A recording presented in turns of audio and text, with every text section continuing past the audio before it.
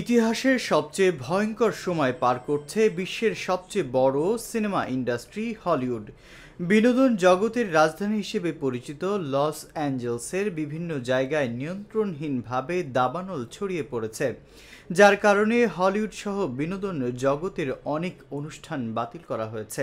এই দুর্যোগের মধ্যেই মুক্তি পেতে যাচ্ছে ফ্লাইট রিস্ক শিরোনামে একটি নতুন সিনেমা। এটি পরিচালনা করেছেন মেল গিবসন।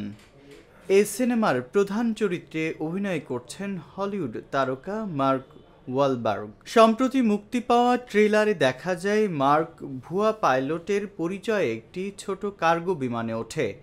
বিমানে তিনি ছাড়া মূল পাইলট ও একজন অপরাধী রয়েছে। সেই অপরাধীকে হত্যা করার জন্যই মার্ক ছদ্মবেশী রূপ ধারণ করে বিমানে ওঠে। এরপর বিমানটি আকাশে থাকতে তার পরিচয় প্রকাশ হয়, শুরু হয় মারামারি। এরপর মাঝপথে বিমানটি আকাশ থেকে মাটিতে ছিটকে পড়ে। অ্যাকশন, ক্রাইম ও থ্রিলার ধাঁচে নির্মিত ফ্লাইট রিস্ক জানুয়ারির ২৪ তারিখে বিশ্বব্যাপী মুক্তি পাবে। এতে মার্ক ওয়ালবার্গ ছাড়াও আরও অভিনয় করেছেন টফার গ্রেস, মিশেল মাজ আলী সহ আরও অনেকে। বিনোদন ডেস্ক, ভোরের পাতা।